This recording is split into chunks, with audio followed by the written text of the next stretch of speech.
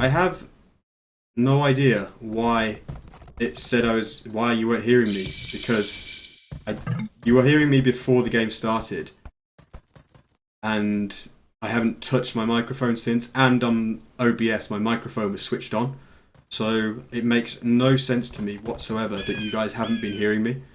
Apologies for that, but I actually even checked before the game started that my mic was on. It was, and it was on when I tabbed out as well, so thanks to Sci-Fi for the message, but God knows what happened. It's a shame. Considering the lengths that I went to actually introduce the tournament and the mod, etc. Maybe I'll do that in game 2. But yep, focusing in on the action for now. After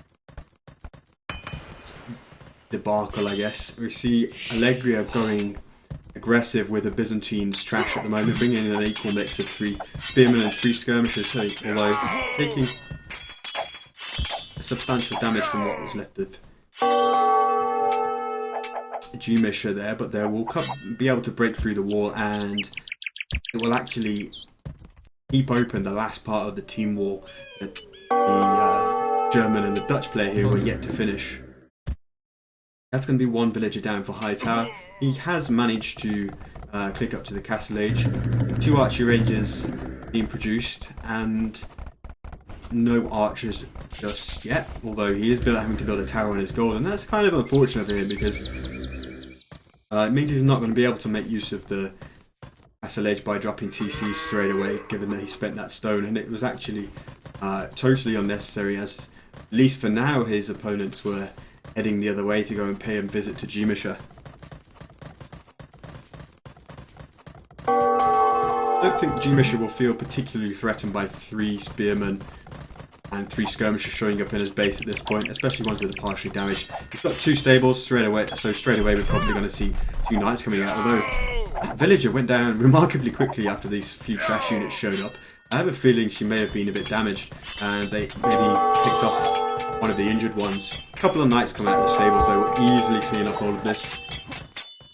Some other units from Allegria going through the wall will get taken down by that tower, and I think that Gmischa and Hightower will be feeling fairly, well, I was about to say they'll be feeling fairly comfortable with their position at the moment, being in the castle age, but actually there's a hole in the wall here, and that's a few crossbows going into the front of Hightower's base.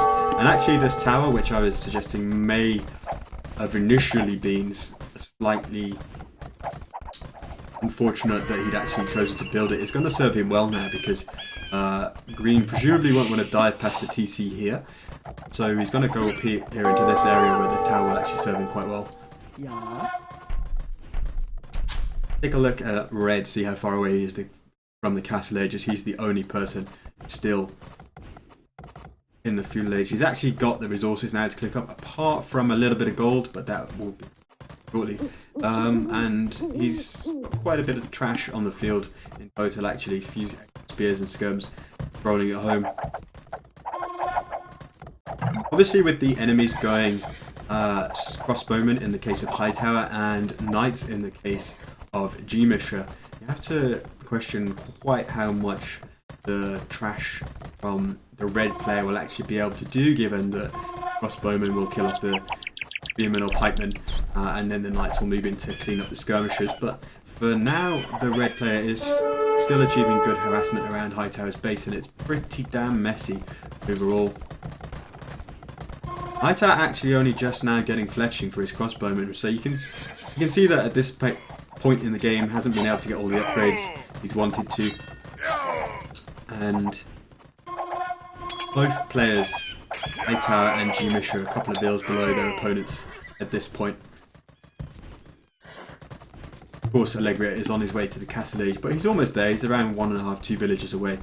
So Mexico, a couple of bills ahead right now, and they're the ones applying pressure to their opponents, forcing villagers off resources, and looking good in the early game here.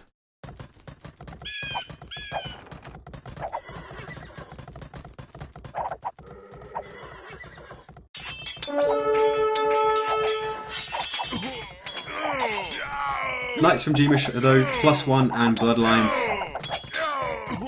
Easily clearing up all that feudal trash, of course, especially with Hightower's crossbows helping out. So let's take a look, take stock of the game as red hits the castle age, and the two teams really sort of finish off a fight there. Hightower 1 TC, severely harassed eco, 35 villagers, the lowest in the game. Gmischa doing okay now, up behind stone walls and onto 2 stables, but it doesn't look like he has an extra TC just yet. Honourable forward wood chopping villagers there, a couple going down by the looks of it. And green player with the hill against Hightower, who's still only on fletching and doesn't have the armour upgrade that Garza does. So really unable to take that fight. Presumably, no, Hightower did not use this cleanup that they were able to achieve over here to go and plug the wall. Hightower could really do with putting a pile of stone wall or something in that gap when he gets the chance to, but right now he's kind of in trouble. Although, not sure about the initial army control from green, but then Hightower seemed to run straight into green anyway, so it's made it up. And actually Hightower really losing out now. He's going to have about 10 ranged units from Garza with bodkin and padded archer armour in his base. Able to pick off some farmers potentially. And Hightower's still fairly heavily on wood and gold though, so I really do feel like a siege workshop maybe here and a house to block up this area, and then getting a mangonel to defend would be really helpful to him. Went heavily onto stone as well, probably wants to put down another tower, but also needing the stone for the TC after building the first tower. He needs to be very, very careful because he's going to lose a lot of villagers if these guys break through this wall and then see those villagers chopping the wood up on the hill. Let's watch it from Garza's point of view as he breaks through the wall to see if those units are going to spot the wood choppers. Oh, and Hightower's running, so he will definitely see those, but with those guys slipping by the left side and Garza going around the east side of the stone, all the villagers are probably going to get away. Right hand side we see a big splodge of red as Allegria, the Byzantine, comes forward with a mixed trash army.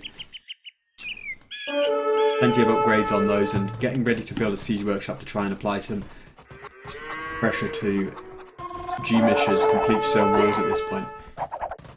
Gmischa though does have a good army of knights with good upgrades, so those Byzantine pikemen will really have to do work.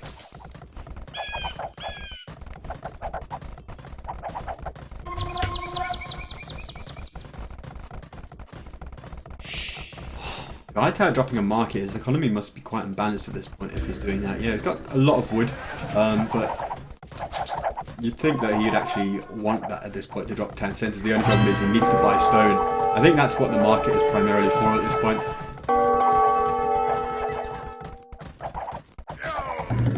And doing what I wanted to see, which was completing some kind of buildings across here, whether that was going to be a siege workshop or something else. It's actually a third archery range, which is going to help him to get up onto the military numbers that he needs.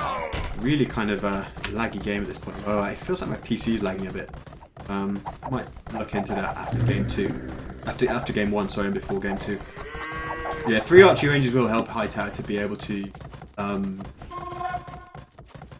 get up to the numbers he needs to take some better fights against Garza here, but he himself is coming forward with a lot more, and the siege workshop on the hill outside Garza's base is going to be important as well. Returning to the north because we want to keep our eye on this, but Allegria is starting to get out his first battering ram, and presumably there are more to come to help him break through the walls.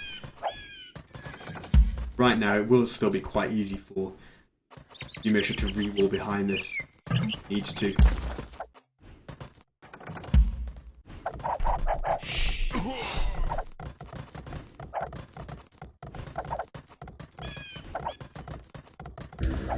The forward tower there, or rather tower at the front of Hightower's base, is going to scare off Garza until he's got siege to help out, I think. Hightower can find this position quite defensible.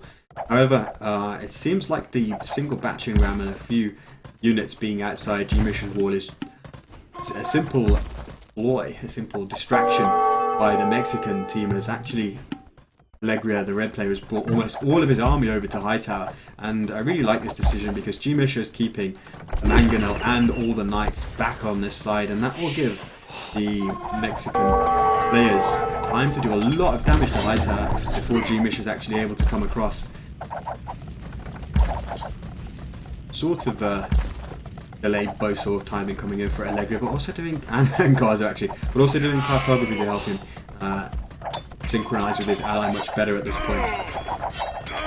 Lots of pikemen going down there, and that's quite important at this stage because some of those pikemen will be needed if Gmischa brings across his knights to help out Hightower in a bit. But so far, no sign of that. Gmischa still with a very defensive posture with his knights with +2 and forging and siege. Mangonel finally out for Hightower. It's something I think he's been needing for quite a long time, and if he hadn't built one at this point, he'd probably be in real trouble. We're now seeing the rams get added in by Garza, as well as a very, very large army of crossbows and skirmishers, starting to cause Hightower real problems. That tower going down exceedingly quickly to 3 rams, and the mangonel being picked up by the crossbows. Fortunately, just as the mangonel goes down, actually manages to take out 2 rams with 1 shot, which is a significant victory for Hightower in the sense it will delay that TC going down by a long time and also force these guys to be a little less adventurous. And actually taking quite a lot of casualties. Important to note though, the red player is on the way to the Imperial Age using the Byzantines' early click-up or cheaper click-up bonus of course. Let's see what Gmischa is up to with his knights. Still got some defensive. The rest of them are actually going to the Chinese, the green player's base, picking off a couple of crossbows that are streaming across the map and perhaps looking to do some damage.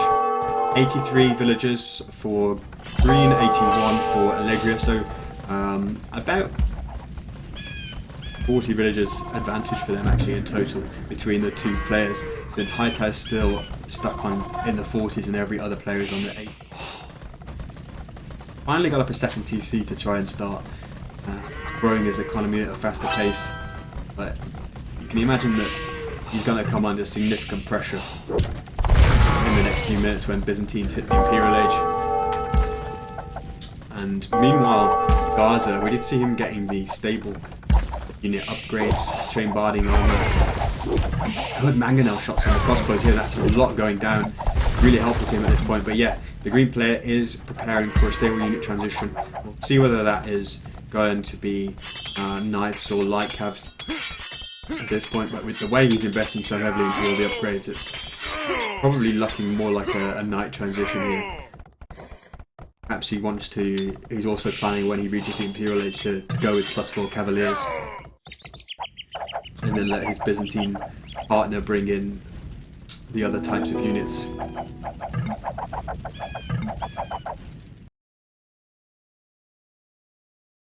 Red player actually has 2 siege workshops forward against Gmischa there, which will give him the option to push fairly quickly against this area, especially once he gets Imperial Age siege weapons, should he so choose to. But right now it remains to be seen whether he'll kind of renew his efforts to break into Gmischa's base or come over here and double Hightower with Garza.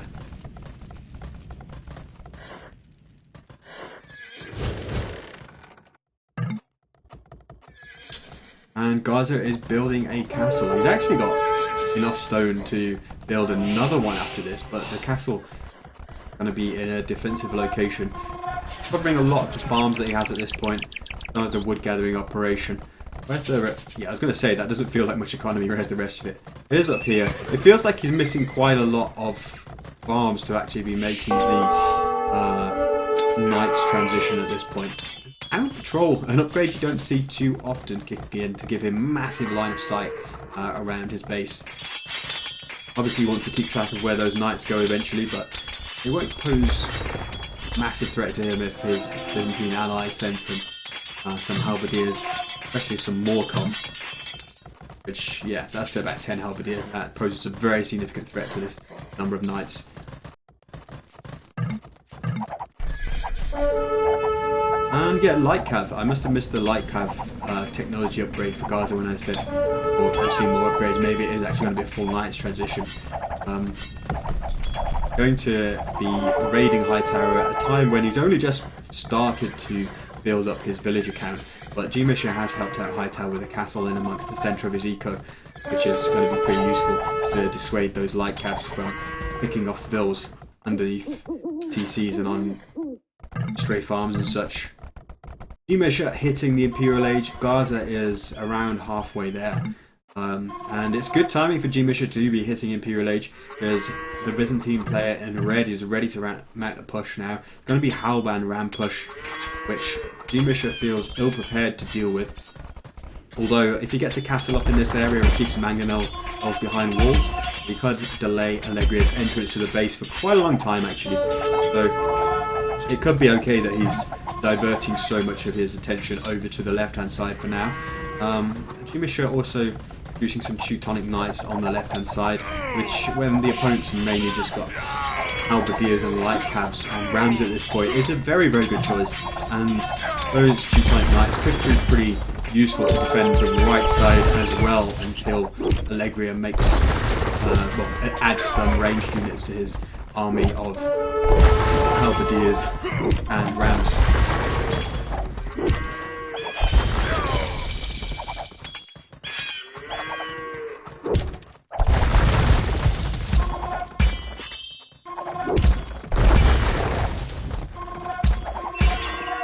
This is quite an important pickup for the red player now. He's actually taken down that mangonel, which more or less guarantees that this castle could go down now, unless there's going to be a couple of Teutonic Knights, or even the villagers actually getting involved, but the villagers will start on the repair job instead. Nonetheless, it's going to be tough for those halberdiers to actually... it's going to be tough for Gmischa to stop the rams from taking down the castle, unless some Teutonic Knights get right in on the action. Rams being pretty influential on the left-hand side as well. We've seen Hightower's starting TC go down. A few of them are going to push against the defensive castle provided by Gmischa, but feels like it's a little bit of a bridge too far for these Rams without additional support at this point. Actually, though, there's another one here, and a fifth one coming in, and the one lone Teutonic Knight that has come out thus far is going to its death against crossbows instead of trying to do work at the base of the castle. And Hightower actually seems to be really giving way here. A lot of villagers kind of escaping to safer areas.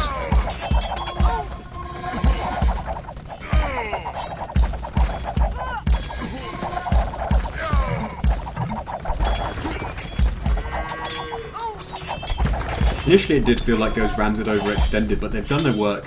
I said so because there wasn't too much here in support when they first went to the base of the castle, and a couple of Teutonic Knights or even some vills from Hightower could have done some good work, but no units that actually had high damage potential against the rams attacking them. Just the arrow fire from the buildings, and that's the castle down for Gmischa. Hightower, meanwhile, got lots of vills stranded in awkward places that are going to get easily picked off. Let's renew our focus on the right hand side. Haven't been here for a little while. Gmischa looks like he held on to the castle actually. I guess that must have gone to very low HP before it went down. Trebuchet war beginning to break out with one treb each for the players. Gmischa obviously though much lower HP, and he's in the Trebuchet war with a Byzantine castle with 6,700 hit points. That building bonus of course, and as long as the players continue to produce trebs at a roughly equal rate, should be only one winner in the Trebuchet war. Meanwhile though, with the fighting here, these Teutonic Knights have the potential to do serious work against the halberdiers. The thing is, Gmischa, although he makes producing Teutonic Knights and they're pretty effective in this situation, it's always like 2 or 3. If he had even 6 or 8 at any moment, he could really mop up the halberdiers, but even the skirms doing reasonable amount of damage to them at this point, just because there's not very many there, and he hasn't even got +1 armor for them either.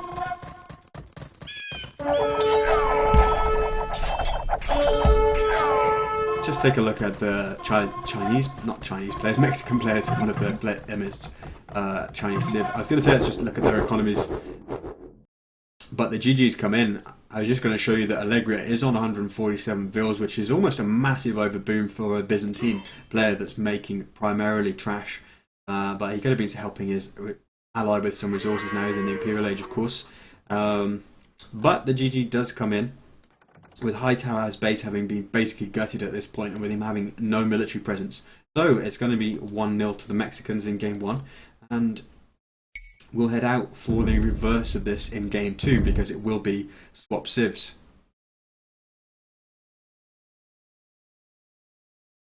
Yeah, TKs are just walking around.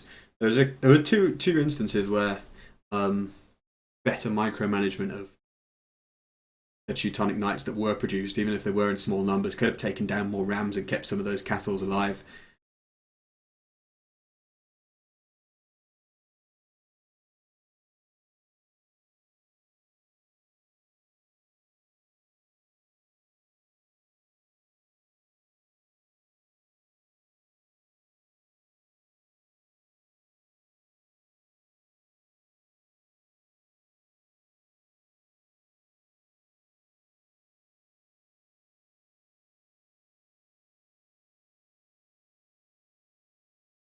Alright, so the players have launched game 2 already, and we'll be into it in just a moment.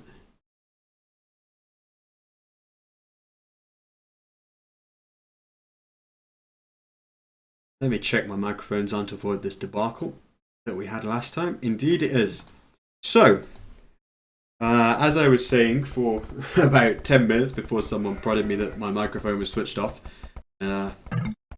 this is the curtain raise, the opening match of Masters of Arabia 2v2 tournament, which there seems to be a good deal of hype for the community, which I'm pretty pleased about being the admin. And we've got lots of expert players signed up and a large field of players of all levels actually. And we can look forward to a lot of great 2v2 Arabia matches over the next weeks and months. One aspect of the tournament that I was discussing as well in the previous game is that we will be seeing all the civs because of the different civ settings, especially as every single game 1 of every match of the tournament will be random civs, completely random civs, and then in game 2 the teams will switch the civs, which is why we're now seeing the reverse matchup of what we just saw. Obviously in some situations one team could have a civ advantage, but it always offers the other team the opportunity to enjoy the reverse matchup and try and take their own sort of civ win, if you like. The other thing that's notable about the tournament is that we are using the Masters of Arabia 2 vs 2 mod, which increases the base tax of sending resources to your ally, and therefore hopefully making feudal age slinging less desirable, and also restricts both coinage and banking to the Imperial Age.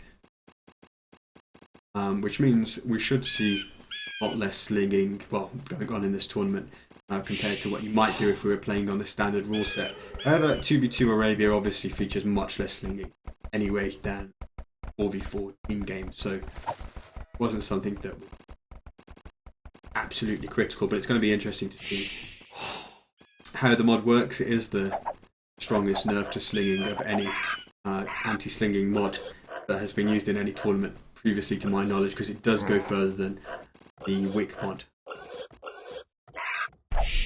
Nearly losing a ball there, the red player, Allegria. All the players keeping their colours from the previous game, which is nice and helps us out as casters and viewers.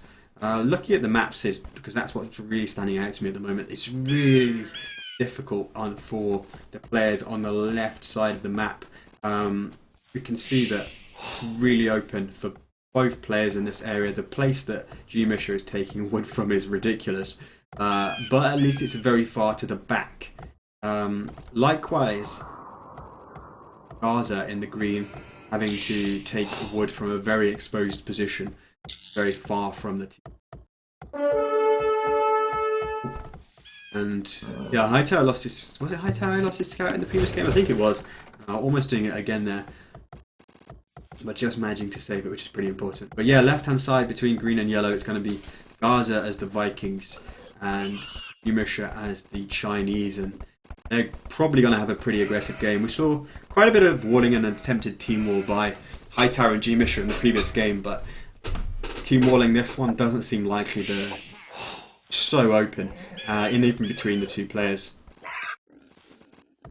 Obviously, with this being the desert version of Arabia as well, it can be that much more open sometimes.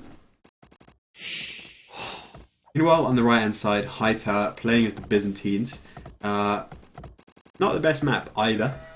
A little less open at least than the ones that we saw on the other side, but a forward gold and his best wood line also forward at this point with the hills behind both of those. So that's quite difficult. Well, Allegria with by far the best deal for any of the players. In fact, little wall here, some building walling here, and here as he's already starting to do, and he's got a pretty sheltered base. Really nice backstone and back gold, so he's in the best position out of any of them at this point. Throwing up a barracks at this time could be indicative of a drush. Slightly late, certainly, I think, but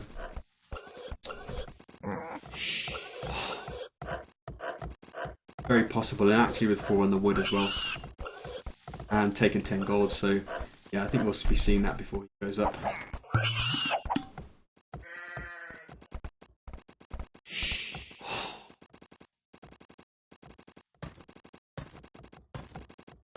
Garza now going out to gold. He does go up soon, then could possibly be thinking about man-at-arms rush.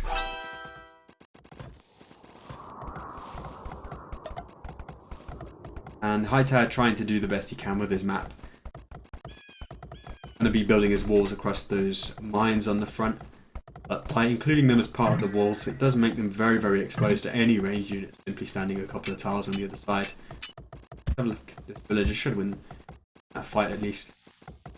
Drive Allegria away. But the drush is coming, as we suspected. Didn't see it depart Red's base, but arriving now, hitting Hightower's wood line.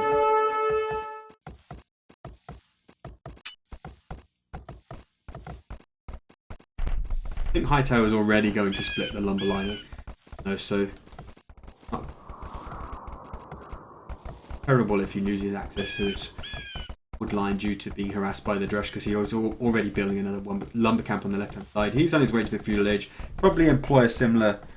Well, I was going to say he might employ a similar strategy to what we saw from the Byzantine player in the last game and go with the trash, but actually going out to gold, so possible to see archers from him. Rush still harassing Hightower, and shortly it will find the wood line, which would be quite unfortunate if Hightower's reaction to that is to pull all of the villagers off the wood line as it was down here. It'd be really nice if he just had already blocked up this area, but the scout sort of stopping him, dropping down a couple of quick houses there, and the drush will hit the wood line. He's going to have to either micro against the full on fight this. Female villager getting very low on HP, but as I said that, oh, it was a militia going down. I was going to say, if that was a villager, it went down incredibly quickly. But yeah, Hightower having to pull a lot of villagers off wood on the way to feudal here. First here, and then there. So it's going to make it kind of difficult to get 2 archer ranges very quickly at all. He's put 1 down and he was almost out of wood, and still not got that many villagers on wood. So good harassment by Allegria that's having a real impact on Hightower's ability to execute his plans for the feudal age here. So Allegria went up on 28 vills behind that drush. Meanwhile, we're going to see 2 archer ranges from Garza. Only 2 on gold for now, so we'll need to be adding more soon. Actually only got 66, so not going to keep those 2 archer ranges pumping initially. When he did only send 1 or 2 out to gold and was clicking up at the sort of time he did, I thought we'd be more likely to see man-at-arms, and the lack of villagers on gold is stopping him at this point.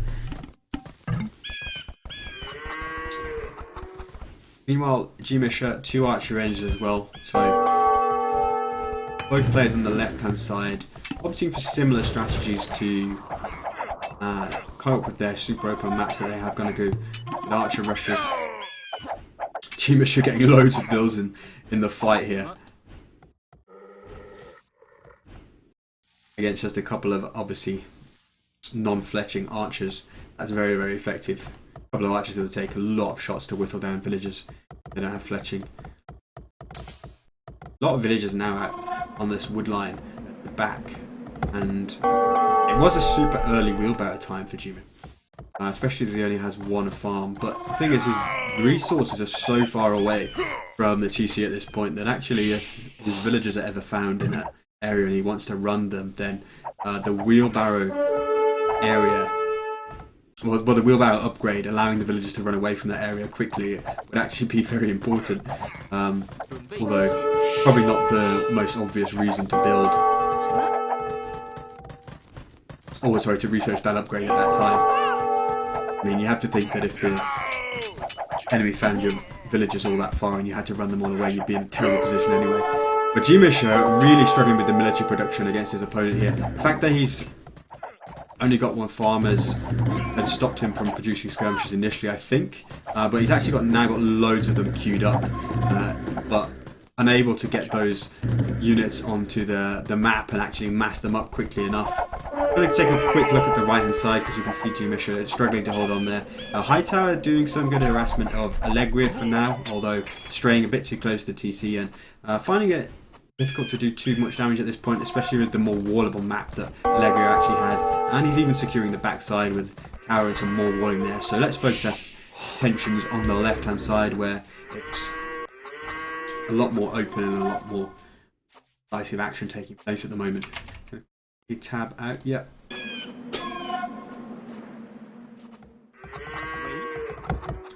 The potentially really important thing that's about to happen here is that Garza is heading up towards the northern part of Gmischa's base, and that could be really disastrous for Gmischa if they find it. They've seen a village, 2 villagers walking from there, which 3 villagers. So this is now cluing Garza into the fact that why were there so many villagers up here? It has to be thinking about. But at least Gmischa does have a lot of skirmishers now. Interesting mining camp, quite far from that stone. Not a massive deal, as you will only put a few mills on there, and they've got wheelbarrow. It's only an extra tile, but it's amusing to see. I guess the difficulty here now is that if Allegria goes up now, which he has done as the Teuton player with a stable and sends his knights over to Gmischa, then Gmischa will suffer catastrophic damage, because although he's defending fine with skirmishers for now, any knights coming over here will clean those up really, really quickly. And I say Gmischa is defending fine, but I haven't seen too many extra units being produced by him for a little while, and his opponent in the green has actually added quite a lot of extra archer range units, with Gmischa being housed at the moment when he really could do with ramping up his military production. So this fight is going to be very important now. Padded archer armor in the mix for the green player Garza is potentially going to be very decisive here. It does still affect skirm versus skirm fights.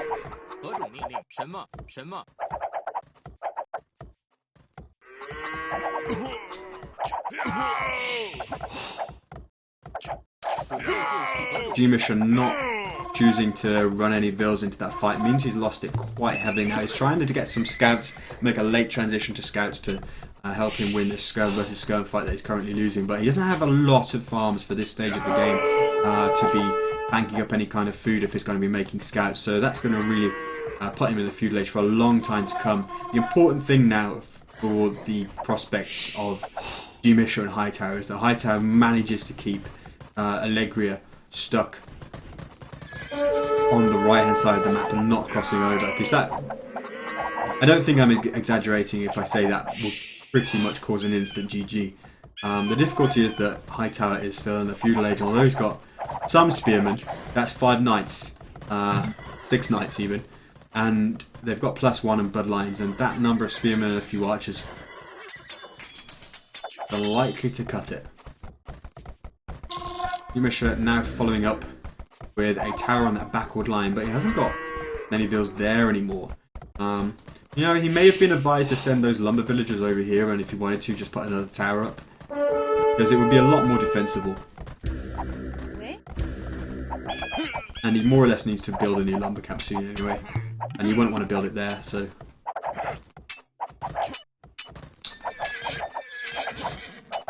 scouts for Gmischa are really not accomplishing enough at this point.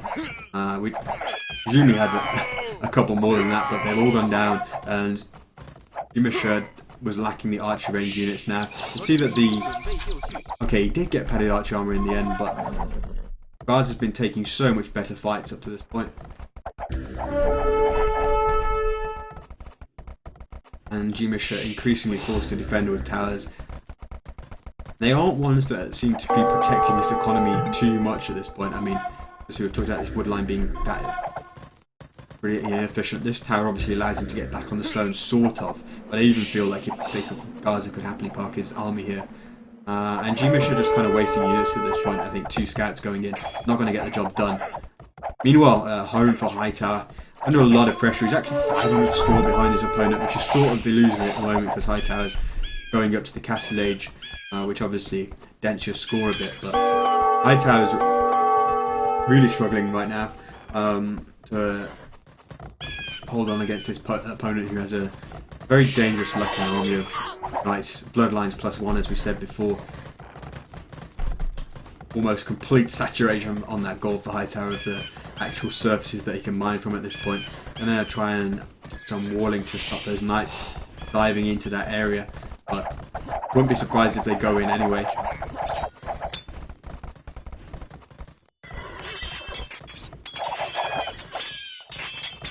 And more knights arriving menacingly on the front. Hightower. I really feel like Allegria is almost getting to the amount that he could actually take the fight against the archers, or just brave diving through the TC and hitting this area. But a couple of spears, and with them staying close to the TC, is not doing that just yet. Meanwhile, Gmischa though, villager count's looking okay. He's actually ahead of his opponent on villagers, but the primary reason for that is the fact that Green has gone up to the castle age, getting 1 extra TC, a second and third TC there. And we have a couple of pickoffs happening. That villager advantage for Gmischa that I talked about is being completely eliminated now. And the thing that I said was going to be devastating to Gmischa is actually about to happen. Allegria has sent his knights across the map, and Gmischa has been struggling to hold on against a bunch of feudal skirmishers. Admittedly, they have bodkin now and there's crossbows mixed in. But the arrival of around 10 bloodlines +1 knights in his base, I'm struggling to see a future for these villagers.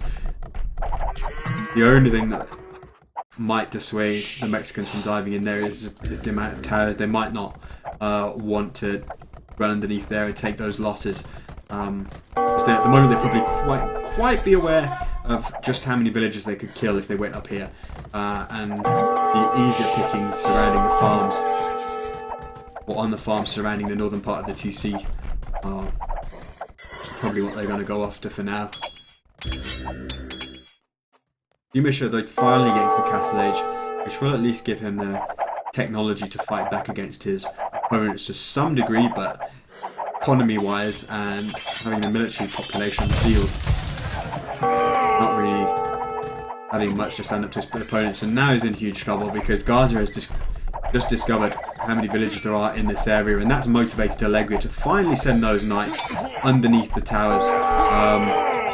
Loads of crossbows and elite skirmishers taking down those archers in a heartbeat, and Gmischa can only fit so many villagers in these towers now.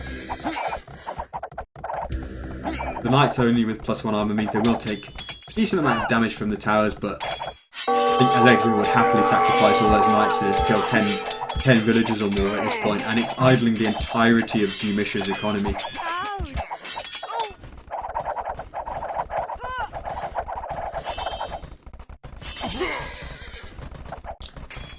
Allegria is suffering a little bit of a harassment from Hightower's crossbows that are outside his base. It looks like 3 or 4 villages on the wood line, but ultimately he's going to stop these guys from pushing in too far.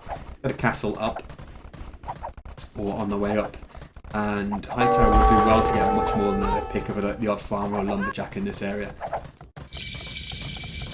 So Gmischa, castle age, at least the knights have cleared out. That's what he's got going for him at this point. But he's down to 22 villagers, and right now it's looking at like absolute devastation of his economy. He'd really need a siege workshop and 2 mangonels to defend right now, and he'd need them now. But with 20 villagers and nearly all of them idle, there is absolutely zero hope of that. And he's managing to keep 2 farmers working, with the green player actually destroying some of the farms around his TC as well, to add insult to injury. Meanwhile, Allegria fortifying the front even more to dissuade those crossbows from shooting through a bit of palisade. Nonetheless, though, they wouldn't be able to position themselves in this area between the 2 TCs anyway.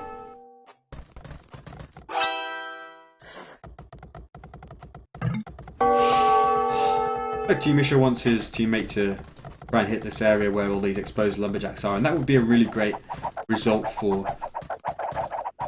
Hightower and Gmischa, but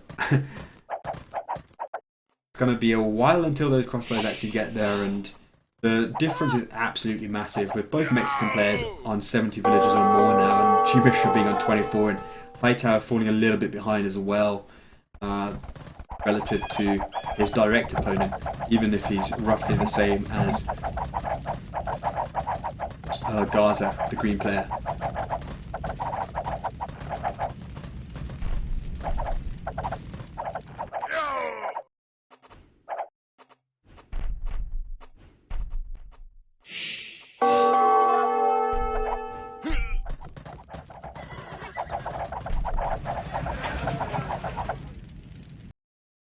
Hightower looking for picks where he can, but he hasn't managed to make his way to the back of Garza's base, the exposed area that his ally was flaring him to go and hit.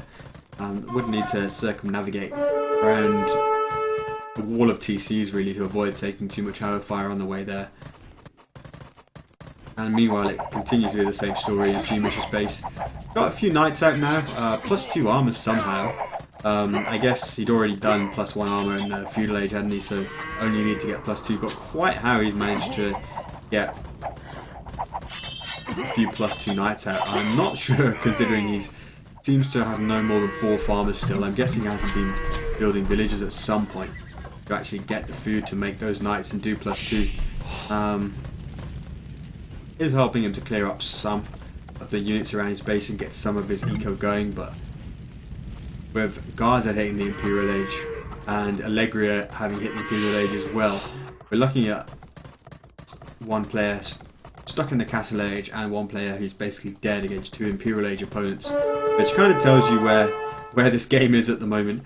Hightower still has a lot of crossbows, 45, and he can do some damage, but Garza is on a similar number of military and with some elite skirmisher counter units in. And he's actually sending all of his units home right now to try and deal with the problems that Hightower is causing him, which at least buys Gmischa temporary reprieve.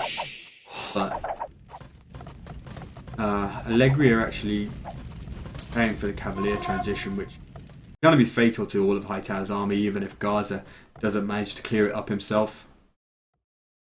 But looking at the upgrades that Garza's getting though, he's already got Bracer and Archer armor and Chemistry are kicking in. So even 10 skirmishers with those upgrades are likely to be able to take out a hell of a lot of these crossbows.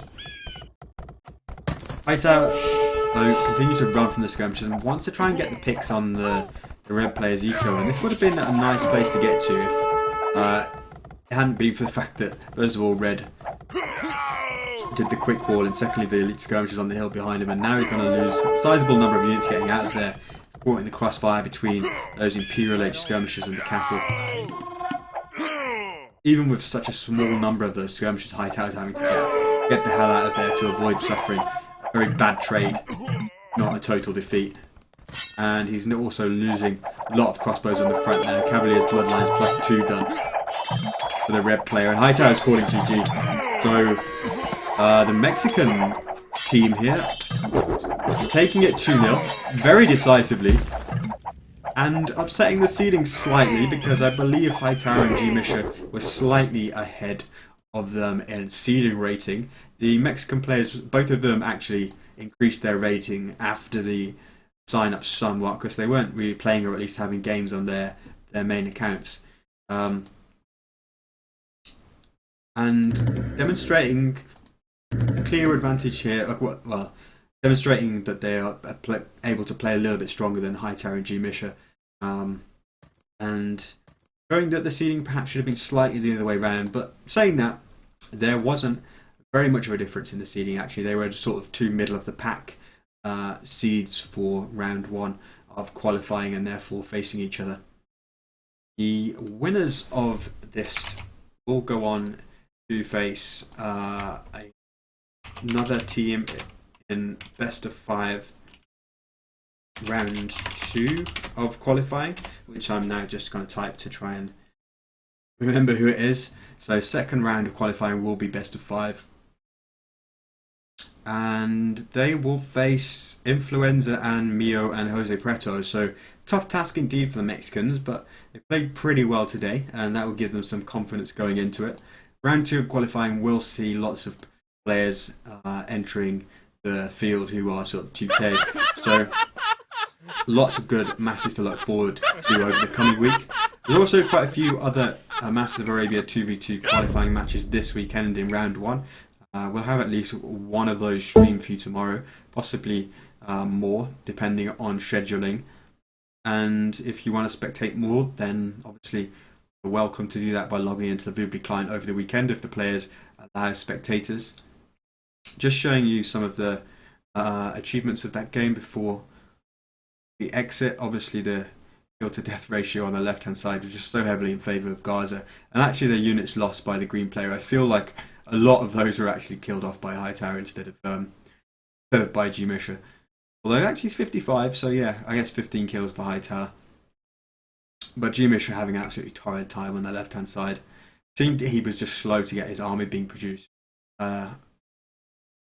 We saw that both players kind of slow to get double range archer production going, but Gmischa certainly didn't have any farms out in the early part of the feudal age to get a few extra skirms on the field.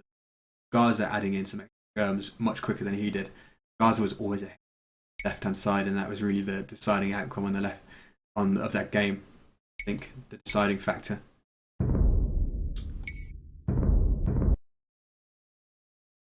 Alright, thanks for watching, guys. Gonna end the stream here. Do tune in at 14 GMT tomorrow, because we will have the very last part of Clan Masters, the Dream Team match, being casted by Nilly. 14 GMT. It's gonna be Viper, Riot, Bact and Nikov versus the SY team in a best of 3. I think there's a prize pool attached to that, something like $1,000 maybe, and winner takes all. Just a best of 3. So really important games there. Thanks for watching the stream, and I'll host somebody. Enjoy the rest of your Friday evenings, guys. And commiserations to Hightower, I can see lurking in the chat. Good night.